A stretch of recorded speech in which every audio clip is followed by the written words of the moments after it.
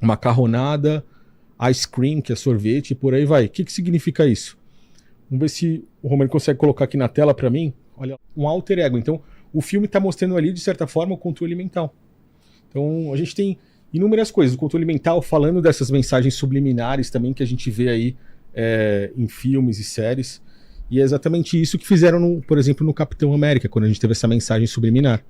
Se a gente olhar outros filmes, por exemplo, voltando para o assunto do caso Epstein, a gente tem Disney.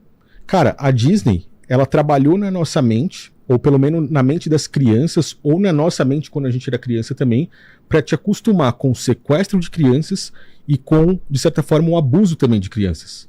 A gente pega como exemplo ali um filme, o Peter Pan, o antigão ali. Você vê que o Peter Pan, ele entra na casa da Wendy à noite, pela janela, escondido, sem que os pais dela vejam. Ele chega para ela e para os irmãozinhos dela ali e convida eles para irem para uma ilha. Putz, é verdade, cara. Se eu não me engano, essa ilha se chama Neverland. É a Terra do Nunca. Terra do Nunca, exatamente isso. É uma ilha onde você não pode entrar na ilha se você for adulto. Você tem que ser criança. Exato. Cara, a gente está falando subliminarmente da ilha de Epstein. E isso foi uma programação preditiva.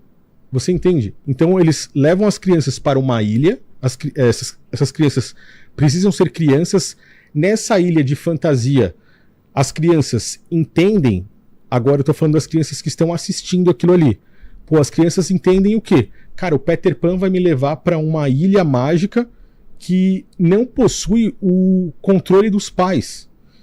É uma ilha onde eu vou sem meu pai e sem minha mãe e que vai ter muita fantasia e coisa boa lá. Então a gente está falando de uma ilha maravilhosa. Isso é uma programação subliminar na mente das crianças que estão assistindo já para se prepararem para aquilo.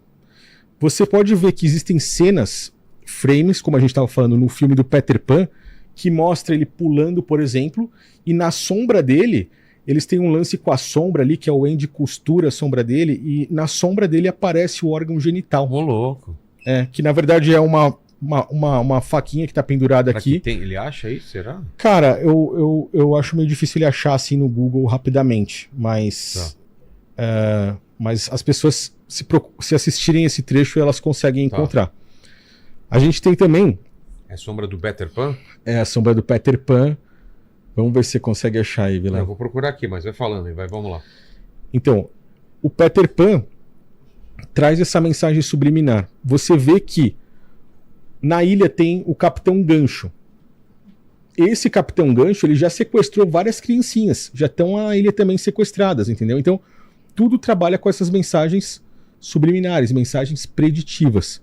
Né? Quando a gente vai olhar para o logo da Disney, a gente tem praticamente o mesmo aspecto visual do templo Epstein, que é justamente o templo onde eles faziam esses rituais a Baal, e estava lá dentro da ilha a Little St. James, que é a famosa ilha de Epstein. Então, quando a gente olha para o logo da Disney, a gente tem o templo Epstein. Quando a gente olha de cima para o desenho da ilha, a gente tem o logo da Nickelodeon. Você deve achar essa imagem também, a comparação das duas. Que é justamente o desenho, o formato da ilha em um canal de televisão que era feito para crianças, para menores de idade. E quando você olha para diretores da Nickelodeon, você vê que alguns deles têm ligações com abuso de menores também, ligações com o próprio Epstein, com aquele P. Diddy e por aí vai. Entendeu? Então os caras estão todos interligados. E a gente está falando de desenhos de criança, a gente está falando de Disney, a gente está falando de Nickelodeon. Por quê? Eles têm o controle da narrativa, o controle das mensagens subliminares, o controle mental dessas crianças. Quando a gente olha para o filme do Pinóquio, a gente vê que ele é um garoto, um boneco de madeira que queria se tornar um ser humano. Mas em certo momento ele é sequestrado. A gente falou que a Disney acostuma mentalmente as crianças com a programação de serem sequestradas. A gente viu isso no Peter Pan, a gente vê no Pinóquio ele sendo sequestrado e levado também para a Ilha dos Prazeres. Nossa. O cocheiro em Pinóquio, ele fala, eu pego garotos bobos, é algo mais ou menos assim, e levo para a Ilha dos Prazeres.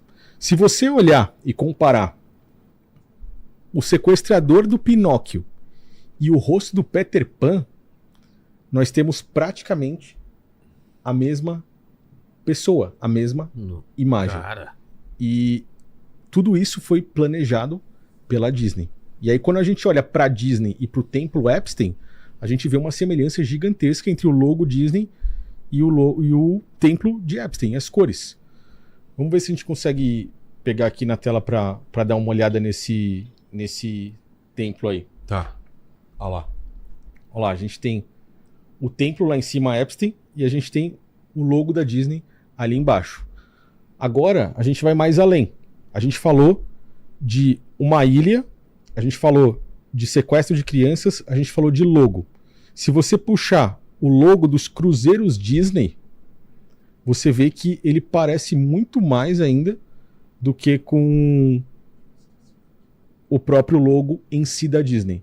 Porque a gente está falando de um código marítimo, uma ilha, mar, uma terra praticamente sem lei, uma ilha dos prazeres, uma ilha da fantasia, uma terra do nunca.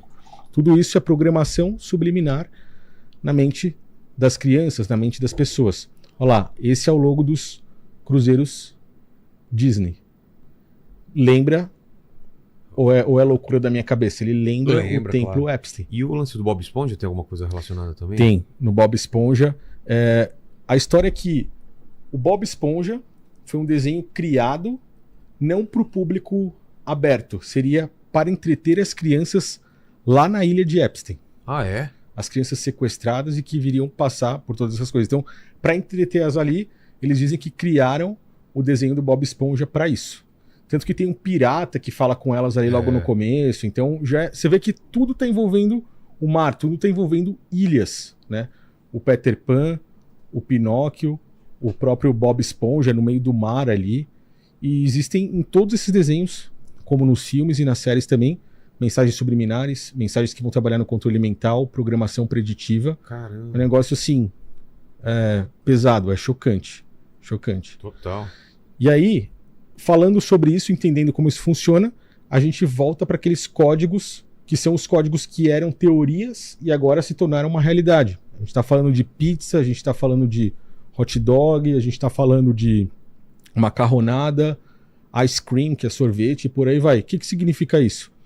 Vamos ver se o Romano consegue colocar aqui na tela para mim. Olha lá. Esses códigos, cada um deles tem um significado. Até esses e-mails vazarem, os caras se comunicavam dessa forma. Por exemplo, quando eles queriam ali uma garota de mais ou menos 7, 8 anos, eles pediam uma pizza.